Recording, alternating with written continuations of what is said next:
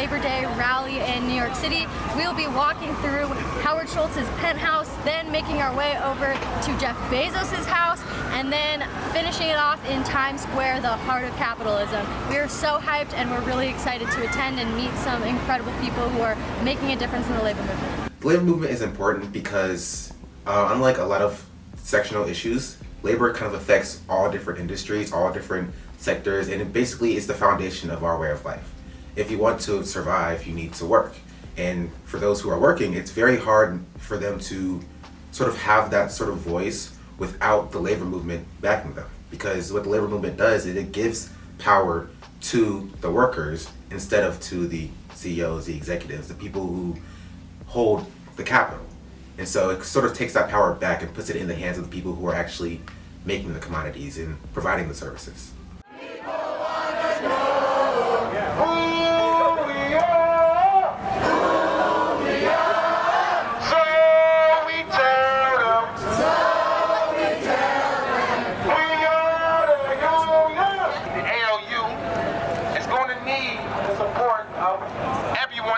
And beyond, because upstate New York, I'm gonna tell y'all now, just like Staten Island, the forgotten borough.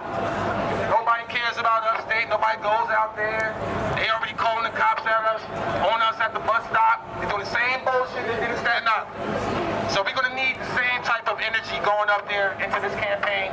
We're currently living in a time that feels like crisis after crisis after crisis, and a lot of the time we don't really know how to navigate that, and we feel very individual and like alone in these times of, fear. And really what the labor movement is about organizing people and collective action, and that should be the central strategy for all issues that we face in this country. And so the labor movement is an example for any issue that we care about, that if we want to make change, we have to work together. And it starts with the workplace, where we spend, 40 hours at least a week, and we can expand that to anything we set our mind to. We run this town! We run this town! We shut it down!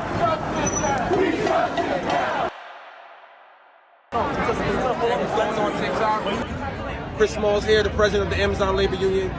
We're fighting to be recognized. We stand in solidarity with you. We need you guys to stand in solidarity with us. We're out here on Labor Day in New York City 2022. The fight is on. Let's go. Gen Z for Change is really good at making social media something that goes beyond likes and views and engagement. And while that's an additional strategy of our organization, what we've done, especially with labor, is make sure that we get people off the app with our content in reference to TikTok or Twitter or Instagram. Our goal is to create actions that drive people to make change from their bedroom and then think to themselves, okay, I did a Gen Z for Change action. I supported these on-the-ground organizers by sending false applications to prevent scabs from being hired. Okay, well, what can I do next? And just think about, their own role in the world and how, a small action that they saw on TikTok actually made a difference. And so we're trying to create the next generation of organizers, and we're doing that through digital means, and we're getting pretty good at it, so we're going to try and keep going. We have to organize the People for Prime Coalition. Yeah. We have to get them in the know and build it. Yeah. That we're going to be doing an action. So then we have to have a really strong email to literally every organizer we know, with what we're doing, what the goal is, and most importantly, before we do both those things, we have to create a brief that we give to Derek Palmer / if Chris Balls has time, and that lead organizer that we met, Connor.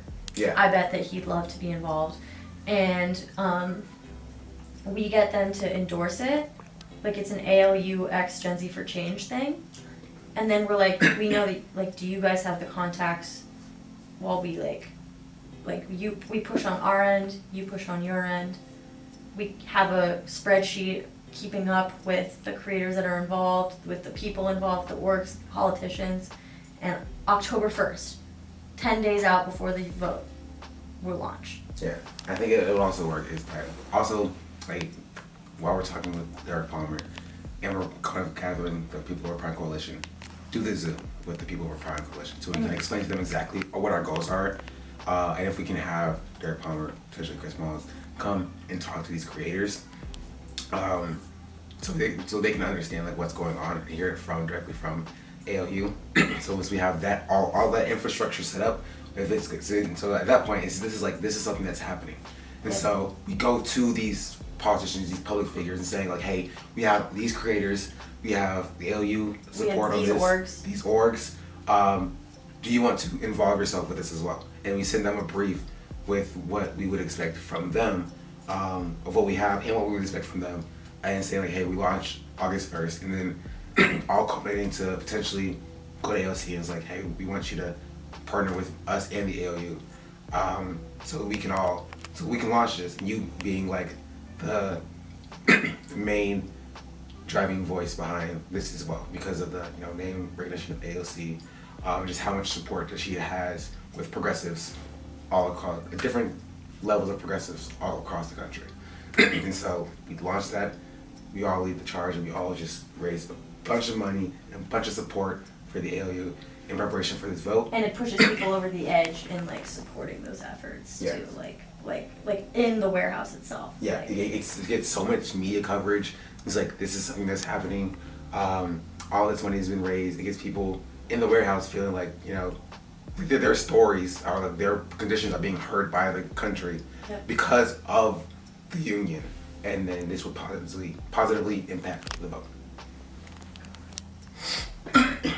Can this be everything that we do for the next month? I mean, I hope so.